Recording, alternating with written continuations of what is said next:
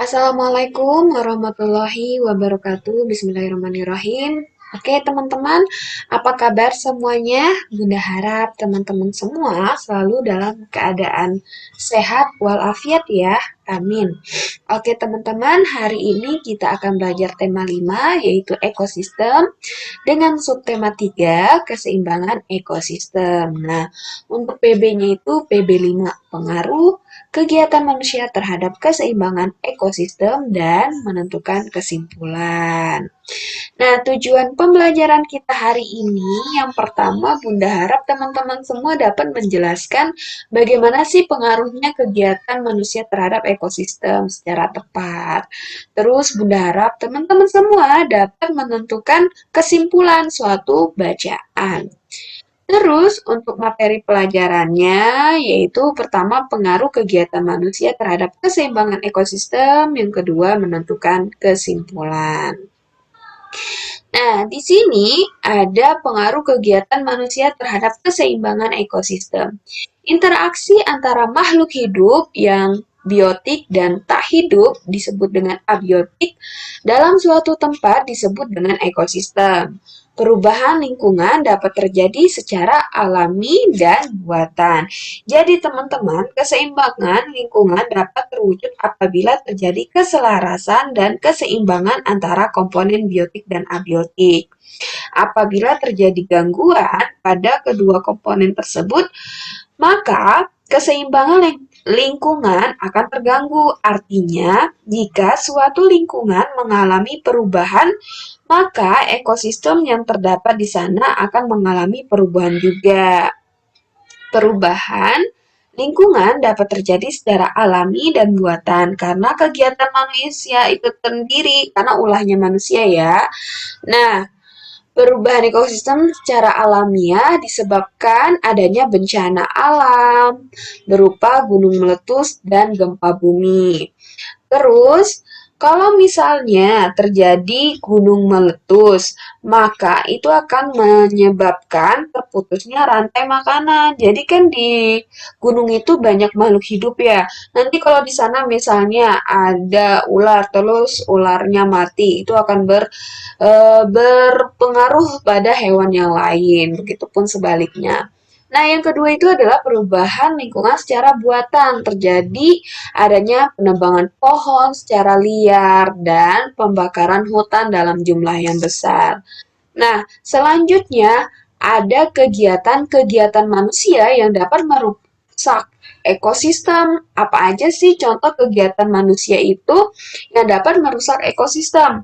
Yang pertama teman-teman nih, di sini ada gambar orang lagi nebang pohon.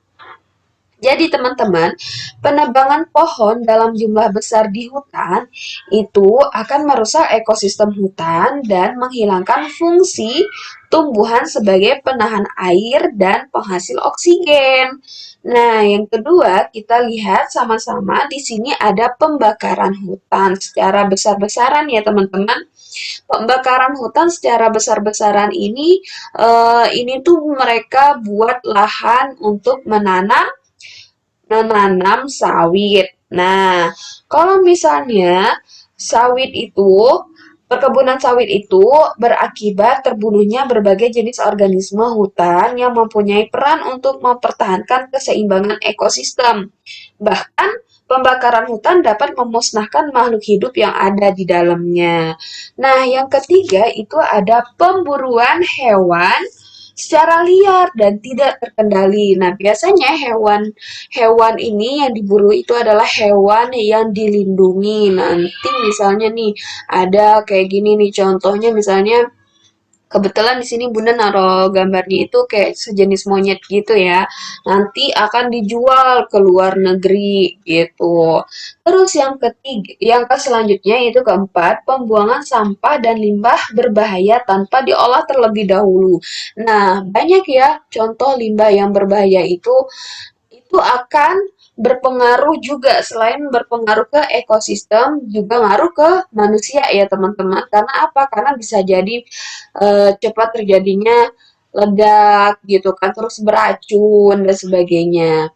Nah, yang kelima, pengaruh penggunaan bahan kimia terhadap lingkungan. Nah, contohnya ini nih, kalau misalnya perkebunan ataupun sawah terlalu banyak menggunakan pupuk kimia atau pestisida, maka akan mengakibatkan tanah itu cepat rusak, teman-teman.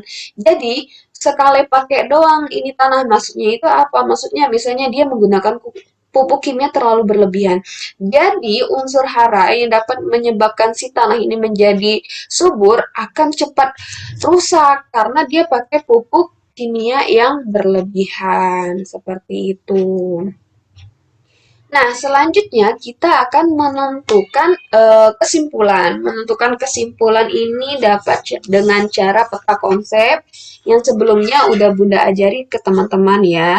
Nah, ada beberapa langkah yang dapat kita lakukan. Yang pertama, kita harus dulu menulis ide pokok dari setiap paragrafnya. Terus yang kedua, temukan kata kunci pada setiap paragraf untuk membuat cabang pada peta pikiran. Intinya membuat yang menurut teman-teman yang paling penting gitu. Terus yang ketiga, rangkailah ide pokok atau kata kunci tersebut menjadi sebuah bagan, gambarnya kayak gambar kotak atau gambar apapun yang kayak pernah kita kerjain sebelumnya. Terus catatlah informasi penting. Nah, di sini Bunda ada satu teks bacaan sebagai contohnya. Bunda bacakan ya. Pengaruh letak geografis Indonesia. Secara geografis, letak Indonesia sangat strategis. Indonesia terletak di antara Samudra Hindia dan Samudra Pasifik.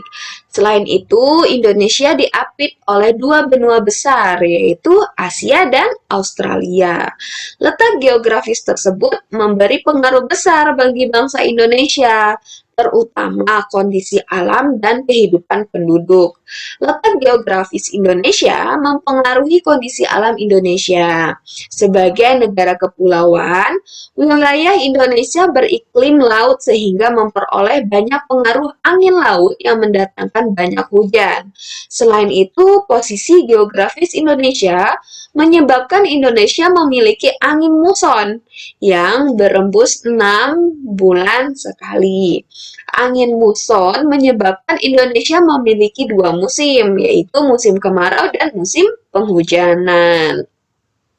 Letak geografis juga berpengaruh terhadap kehidupan bangsa Indonesia karena terletak pada posisi silang. Indonesia banyak dipengaruhi budaya asing dalam seni, bahasa, agama, dan peradaban. Selain itu, lalu lintas perdagangan dan pelayaran di Indonesia cukup ramai. Kondisi ini mampu menunjang perdagangan dan menambah devisa negara. Apalagi Indonesia dikelilingi oleh negara-negara berkembang. Hal ini menyebabkan Indonesia memiliki banyak mitra kerjasama yang dapat menguntungkan negara.